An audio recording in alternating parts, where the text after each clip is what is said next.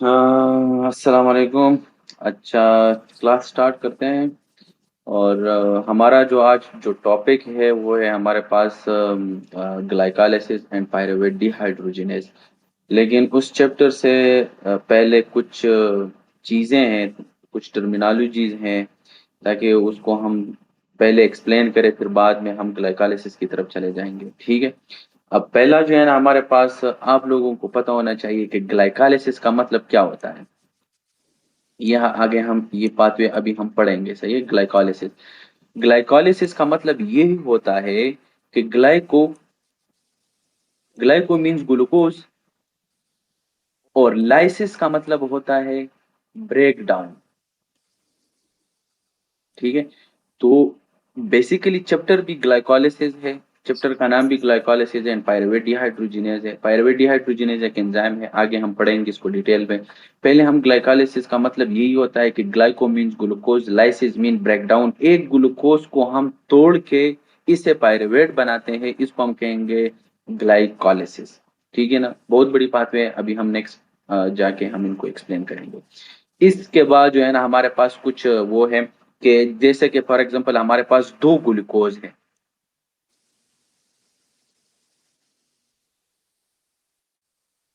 दो ग्लूकोज, ये जो है ना हमारे पास दो ग्लूकोज जो होता है ना, एक माल्टोज जो होता है, एक माल्टोज, ये दो ग्लूकोज के बराबर होता है। सही है। अब ये जो दो ग्लूकोज है ना, इसको अगर अगर हम एक माल्टोज को जो है ना उनको तोड़े with the help of one enzyme, उसका नाम है माल्टेज। मैंने बोला है ना कि जब भी किसी लफ्ज के आखिर में आपने देखा कि ए एस ई आया है, एज आया है, तो इसका मतलब होता है कि ये एंजाइम है। ठीक है ना। तो अगर हम एक माल्टोज को जो है ना वो तोड़े with the help of maltase enzyme, तो इसे हम दो ग्लूकोज बना देते हैं। इसी तरीके से हमारे पास जो है ना एक है लेक्टोज। क्या? लेक्टोज। लैक्टोज। लेक्टोज जो होता है ना, इसमें हमारा इसको हम तोड़ लेते हैं, इस लेक्टोज को, with the help of lactase enzyme. देखिए, अब आप लोगों ने रट्टा नहीं लगाना है एंजाइम्स पे। ठीक है ना। अब आप लोगों ने सिर्फ लफ्ज को देखना है और उसी तरीके से आपने वही नाम रखना है एंजाइम का भी। ठीक है ना। तो लेक्टोज है ना, तो लेक्टोज को तोड़ने के लिए जो एंजाइम यूज होगा वो क्या होगा? जाहिर सी बात है, लेक्टेज होगा। अब अगर हम लेक्टोज को तोड़े तो इससे जो चीजें बनती है, दो चीजें बनती है, उसका नाम है क्या? Glucose and galactose. Glucose and galactose. Lactose. सही है। तो ये थोड़ी सी एक दो पॉइंट्स और भी है। अच्छा, एक और भी है हमारे पास। जैसे कि मैंने माल्टोज की बात की ना, कि माल्टोज अगर हम इनको तोड़े तो उससे हम दो ग्लूकोज बना देते हैं विद द हेल्प ऑफ कौन सा एंजाइम? माल्टेज। माल्टेज आके इस माल्टोज को तोड़ लेता है, तो इससे हम दो ग्लूकोज बना देते हैं। एक दूसरा है हमारे पास, उसका भी नाम है हमारे पास आइसो माल्टोज। आइसो का क्या मतलब होता है? आइसो आइसो का मतलब होता है, जब भी आप लोगों ने आइसो का लफ्ज देखा ना, तो इसका मतलब होता है सेम। Iso mean same. और आइसोमाल्टोज का मतलब ये होता है ना कि ये बिल्कुल माल्टोज की तरह है, इसलिए इसका नाम भी हमने आइसोमाल्टोज ही रखा है। ठीक है ना। तो ये माल्टोज की तरह है, इसलिए इसको हमने आइसोमाल्टोज कहा। अब यहाँ पे जो एंजाइम यूज होगा इस आइसोमाल्टोज को तोड़ने के लिए, एंजाइम का नाम होगा आइसोमाल्टेज। नाम भी वही है, लेकिन लास्ट में मैंने सिर्फ ए एस ई लगाया, माल्टेज। ठीक है।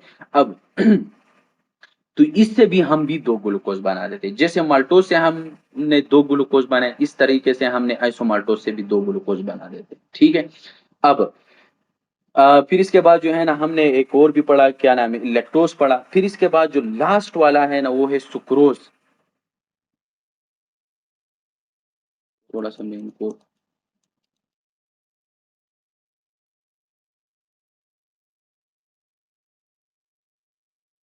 अच्छा, लास्ट जो पॉइंट है हमारे पास वो कौन सा है? सुक्रोज। सुक्रोज को अगर हम तोड़े विद द हेल्प ऑफ कौन सा एंजाइम? नाम में इसका जो है ना वो एंजाइम पड़ा हुआ है, सुक्रोज है ना, तो इसको मैं सुक्रेज कहूंगा, एंजाइम को।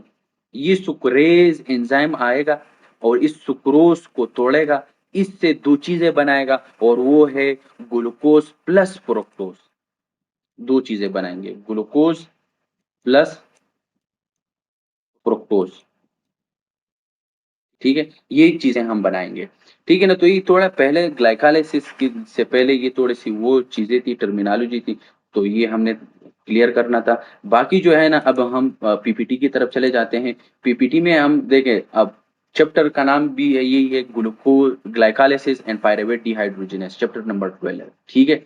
अब ये वाली जो चीज़ें हैं ना, ये जो ट्रांसपोर्टर थे, ये हमने कल एक्सप्लेन किए थे, ठीक है? ये वाले कि ग्लूट1 कहाँ पे है, ग्लूट2 कहाँ पे है, ग्लूट3 कहाँ पे है और ग्लूट4 कहाँ पे है और ग्लूट यहाँ पे इन लोगों ने नहीं दिया है, लेकिन वो मैं इंक्लूड कर देता हूँ यहाँ पे, ग्लूट5, ठीक है ना? अब ग्लूट1 और 3 जो होता है, 1 1 एंड 3 ये आपके मोस्टली टिश्यू पे मौजूद होता है और included RBC and brain. RBC और ब्रेन पे है, इसके साथ-साथ मोस्टली जितने भी हमारे पास टिश्यूज़ हैं, वहाँ पे हमारे पास ग्लूट1 और ग्लूट3 होंगे, ठीक है? ग्लूट2 जो है ना, ये हमारे पास लीवर और पैंक्रियाज़ पे होता है, जबकि 4 जो है ना, वो हमारे पास कहाँ पे होता है?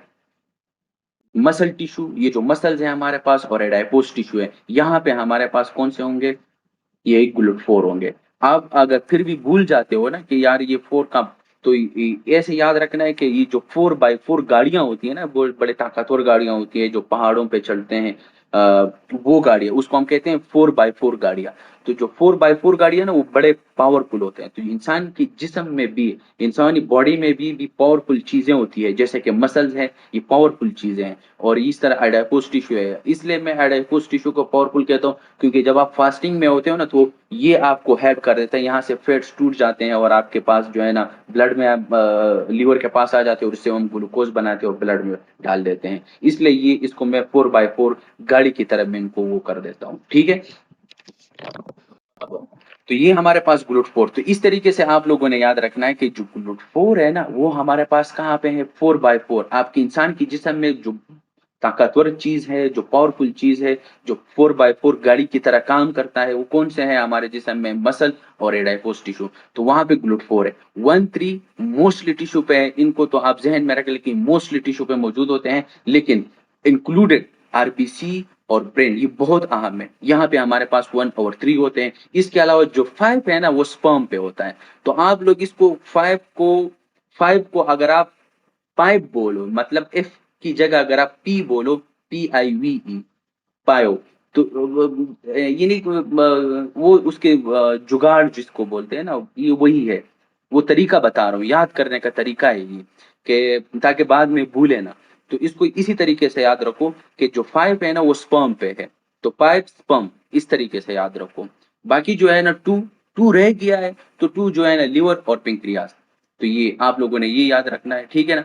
अब ये जो पहले हम ये पाथवे कर लेते हैं, फिर इसके बाद जो है ना मैं ग्लाइकोलाइसिस की तरफ चला जाऊँगा, ठीक है? अब ये जो है ना हमारे पास ये पैंक्रियाज़ का जो बीटा सेल्स होते हैं ना, हमारे पास पैंक्रियाज़ होता है ना, पैंक्रियाज़ में हमारे पास अल्फा सेल होते हैं, बीटा सेल्स होते हैं और गामा सेल होते हैं।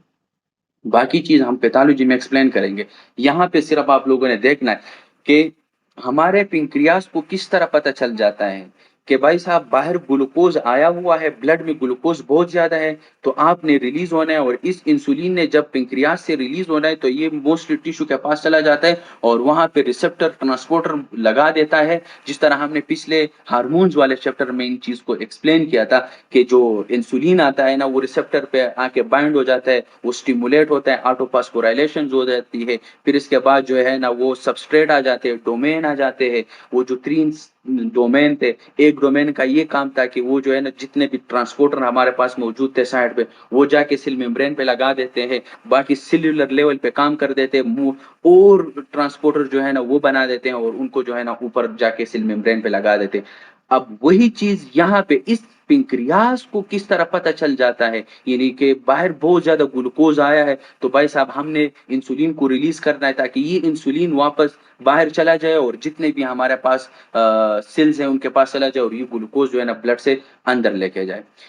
तो ये याद रखना ये एमसीक्यूज़ भी आ सकता है आप लोगों के लिए। कोई भी पूछ सकता है कि हमारे पास जब भी ग्लूकोज़ आ जाता है ना ब्लड स्ट्रीम में, ये आप लोग समझ लें ना कि ये जो बाहर वाला हिस्सा है ना ये वाला, ये, ये आपके पास जो है ना ब्लड स्ट्रीम है, ठीक है ना?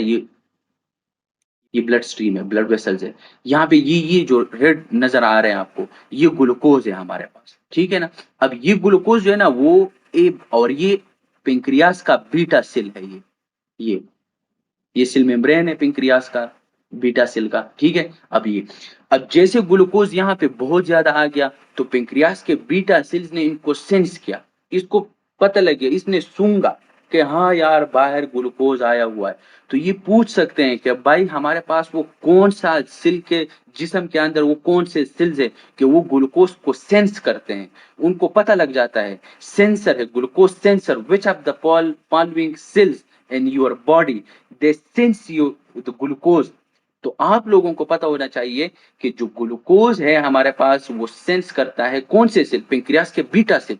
पेंक्रियास के बीटा सेल जो है ना वो हमारे पास सेंस करते हैं ग्लूकोज को। तो ये एक एक किस्म, ये बहुत ज्यादा अहम चीज है, इनको आप लोगों ने नोट करना है अपने नोटबुक पे कि हमारे पास पूरे जिस्म में हमारे पास एक ये सेल होता है बीटा सेल कि ये ग्लूकोज को सेंस करते हैं। जैसे सेंस किया, ग्लूकोज अंदर चला गया, ग्लूकोज अंदर चला गया। अब जैसे ग्लूकोज आ गया ना तो ग्लाइकोलाइसिस वाला पाथवे चलेगी। ये ग्लाइकोलाइसिस वाला पाथवे अब नेक्स्ट मैं आप लोगों को एक्सप्लेन करूंगा। इसका नेक्स्ट जो टॉपिक है वो ग्लाइकोलाइसिस है, ठीक है? यहाँ पे ग्लाइकोलाइसिस पाथवे चलेगी, फिर इसके बाद क्रेब्स साइकिल चलेगा। इसका अलग चैप्टर है, वो मैं आगे नेक्स्ट चैप्टर पे ये पढ़ा दूंगा, ठीक है ना? क्रेब्स साइकिल और इलेक्ट्रॉन ट्रांसपोर्ट चेन, ये क्रेब्स साइकिल चलेगी, इलेक्ट्रॉन ट्रांसपोर्ट चेन चलेगा, एटीपी बनेगी। एटीपी बना। अब इस एटीपी का जो काम क्या है, ये जाके हमारे पास एटीपेज को जो है ना इनको स्टिमुलेट कर देता है। अब ये एटीपेज जो है ना इसने दो काम करने हैं, एक वाला ये काम, एक नंबर एक, और दूसरा ये दो काम करते हैं। अब पहला ये क्या काम कर देता है कि ये एटीपेज आके हमारे पास इंसुलिन की, यहाँ पे हमारे पास शापिंग पड़े होते हैं क्योंकि ये पेंक्रियास का बीटा सेल्स है, यहाँ पे हमारे पास इंसुलिन मौजूद होता है।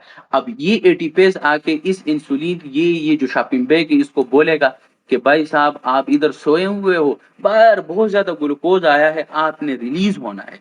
तो ये एटीपेज आके इसको बोल लेता है कि इंसुलिन रिलीज हो जा। तो ये आके आपके ब्लड स्ट्रीम में इंसुलिन जो है ना वो रिलीज हो जाता है। एक तरीके से इस एटीपी ने ये काम किया। ग्लाइकोलाइसिस पाथवे चली, क्रेब्स साइकिल चला, इलेक्ट्रॉन ट्रांसपोर्ट चेन पाथवे चला। ये पाथवे हमने क्यों चलाई? क्योंकि हमने एटीपी बनाना था। एटीपी हम किस तरह बनाते हैं नेक्स्ट मैं आप लोगों को बताऊंगा।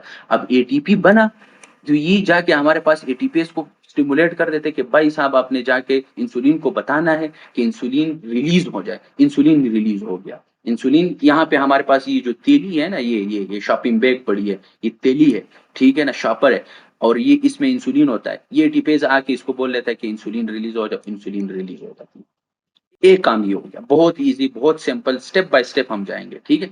अब दूसरा काम क्या कर देता है कि ये जाके हमारे पास जो एटीपी लेवल है ना वो बेसिकली, एटीपी और एडीपी में क्या फर्क होता है? एटीपी का मतलब होता है एडिनोसिन ट्राइफॉस्फेट, एडीपी का मतलब होता है एडिनोसिन डाइफॉस्फेट। अब हम जो है ना एटीपी और एडीपी का जो रेशियो है ना, एटीपी का इंक्रीज हो जाएगा, रेशियो इंक्रीज हो जाएगा, और एडीपी का रेशियो कम हो जाएगा। क्योंकि जब हम एटीपी को यूज कर देते हैं ना तो एडेनोसिन ट्राइफॉस्फेट है ना, इससे हम एक फॉस्फेट निकाल लेते हैं, एटीपी यूज हो गया। अब इस एटीपी से फिर एडीपी बन जाती है, क्योंकि एडिनोसिन ट्राइफॉस्फेट है ना, एक इसके पास 3 फॉस्फेट है। अब हमने एक फॉस्फेट निकाले, पीछे 2 रह गई, तो इसलिए हम इसको कहेंगे कि एडिनोसिन डाइफॉस्फेट, अब 2 फॉस्फेट रह गए। तो जब भी आपके पास एटीपी एडीपी रेशियो इंक्रीज हो जाती है, यानी एटीपी इंक्रीज हो गया, क्यों इंक्रीज हो गया? क्योंकि हमने एटीपी यहाँ पे बहुत ज्यादा बनाया। तो ये जाके हमारे पास एटीपी का जो रेशियो है ना वो इंक्रीज हो जाती है, किसके मुकाबले में? एडीपी। और एडीपी का जो रेशियो है ना वो डिक्रीज हो जाता है। क्यों? क्योंकि हमने एटीपी बना दिया है। जब भी आपके पास एटीपी का रेशियो इंक्रीज हो जाता है सेल के अंदर, तो हमारे पास यहाँ पे पोटेशियम चैनल्स होते हैं सेल के मेम्ब्रेन। ये हम फिजियोलॉजी में पढ़ेंगे फर्स्ट चैप्टर में, मैं आप लोगों को वहां पे करा दूंगा, ठीक है? तो यहाँ पे हमारे पास पोटेशियम चैनल्स होते हैं, वो क्लोज हो जाते हैं। ये क्लोज हो जाते हैं, क्यों क्लोज हो गए? क्योंकि एटीपी की रेशियो इंक्रीज हो गई है। जब ये क्लोज हो जाते हैं, जो पोटेशियम अंदर सेल के अंदर होते हैं ना वो बाहर नहीं निकल पाते। ये पोटेशियम है, पोटेशियम के ऊपर पॉजिटिव चार्ज होता है, ठीक है। अब ये पोटेशियम बाहर निकलता नहीं है, क्यों निकलता नहीं है? क्योंकि हमने इस पोटेशियम चैनल को बंद किया। जब भी आप पोटेशियम चैनल को बंद कर दे तो potassium inside the cell increase हो जाती है, ये इंक्रीज हो गया है। जब ये इंक्रीज हो गया है तो इसका मतलब ये है कि आपने सेल के अंदर पॉजिटिविटी इंक्रीज की, क्योंकि पोटेशियम के ऊपर जो है ना पॉजिटिव चार्ज होता है। जब भी आप किसी भी सेल के अंदर पॉजिटिविटी इंक्रीज कर देते हो तो आप सेल डीपोलराइज कर देते हो। ये हम फिजियोलॉजी में पढ़ेंगे, बेसिक रूल है, वहां पे हम करेंगे, ठीक है। तो जब भी आप सेल के अंदर पॉजिटिविटी को इंक्रीज कर देते हो, इसका मतलब होता है कि आपने सेल को डीपोलराइज किया। जब आप सेल को डीपोलराइज कर देते हो, उसी दौरान हमारे पास जो है ना कैल्शियम के चैनल ओपन हो जाते हैं, कैल्शियम अंदर आ जाते हैं। जैसे कैल्शियम अंदर आ जाते हैं, ये कैल्शियम जाके इस इंसुलिन के तेली को बोल देता है कि भाई साहब आपने रिलीज हो जाने, बाहर निकलना है। तो देख, एटीपी ने दो तरीकों से काम किया और दो तरीकों से इंसुलिन को बाहर रिलीज किया। एक एटीपेज के थ्रू डायरेक्टली चला गया, दूसरा उसने इस चैनल को बंद किया। जब ये चैनल बंद हो गया, सेल के अंदर डिपोलराइजेशन हो गया, पॉजिटिविटी इंक्रीज हो गई है। इसके मुकाबले में हमारे पास ये जब बंद हो गया तो इसके बाद हमारे पास जो कैल्शियम चैनल है वो ओपन हो जाती, वो ओपन हो गया, उसके कैल्शियम अंदर चला आया। जैसे कैल्शियम अंदर आया, उस कैल्शियम जाके इंसुलिन को बोला कि भाई साहब आपने रिलीज होना है। जैसे ही बाहर रिलीज हो जाता है, इंसुलिन बाहर रिलीज होता है, तो ग्लूकोज बाकी टिश्यू के अंदर लेके चले जाते हैं। तो इसी तरीके से आपके पेंक्रियास के बीटा सेल को पता लग जाता है कि भाई साहब बाहर ग्लूकोज आया हुआ है। वो ग्लूकोज अंदर आके पेंक्रियास के बीटा सेल के अंदर में आ जाता है, वहां पे एटीपी बन जाती है, एटीपी जाके ये काम कर देता है। तो इसी तरीके से आपके पेंक्रियास के बीटा सेल को पता लग जाता है कि बाहर ग्लूकोज आया हुआ है, तो फिर वो इंसुलिन रिलीज हो जाती है, ठीक है ना। तो ये मॉलिक्यूलर लेवल पे हम ये पढ़ रहे हैं, आप लोगों ने ये मॉलिक्यूलर लेवल पे इनको समझना है इसी तरीके से, ठीक है। अब जितना ज्यादा ग्लूकोज होगा इतना ज्यादा ग्लूकोज अंदर आएगा। अगर आप लोग इस पेज को देखें, इस स्लाइड को, जितना ग्लूकोज ज्यादा होगा उतना ग्लूकोज अंदर ज्यादा आएगा, उतना ज्यादा ग्लूकोज ज्यादा अंदर आएगा, ज्यादा ग्लूकोज आएगा, ज्यादा एटीपी बनेगी, ज्यादा एटीपी बनेगी, ज्यादा इंसुलिन रिलीज होगा। कम ग्लूकोज है, कम ग्लूकोज अंदर आएगा, कम एटीपी बनेगी, कम इंसुलिन रिलीज होगा। सिंपल सी बात है, बड़ी सीधी सीधी बातें, आप लोगों ने बस सिर्फ इन चीज को स्टेप बाय स्टेप जहन में रखना है, ठीक है। इससे और आसान नहीं हो सकता है जितना मतलब ये है, ठीक है। इनको आप लोगों ने याद अब भैया जी। भैया मेरे को ना ये पूछना है कि आपने कहा कि कैल्शियम अंदर आता है तो उससे वो इंसुलिन को बोलता है कि तुम बाहर ज्यादा रिलीज हो, तो कैल्शियम ऐसा क्या करता है मतलब इंसुलिन को जो कैल्शियम उसको इस पता चलता हाँ, वेरी गुड। कैल्शियम जैसे अंदर आ जाता है ना, तो कैल्शियम बेसिकली इस इंसुलिन का जो तेली है ना, वहां इनको स्टिमुलेट कर देता है, इनको स्टिमुलेट कर देता है, और बस वहां जैसे स्टिमुलेट हो जाता है, जिस तरह एटीपेज ने इनको स्टिमुलेट किया, इसी तरीके से कैल्शियम इनको स्टिमुलेट कर देता है और इंसुलिन बाहर रिलीज हो जाता है। सिंपल, है? अच्छा। ठीक है ना। अब हम्म, इसके ठीक है बाद भैया। जो है ना, और कोई क्वेश्चन है? नहीं नहीं भैया अभी तो ये है। ओके, चले आगे चलते हैं। अब हमारा पास जो है ग्लाइकोलाइसिस पाथवे आ गया है, सबसे अहम, सबसे बेहतरीन, बहुत ज्यादा क्वेश्चन, मोस्टली क्वेश्चन आएंगे इधर से, ठीक है। आप लोगों ने इनको इनको वो करना है, ठीक है।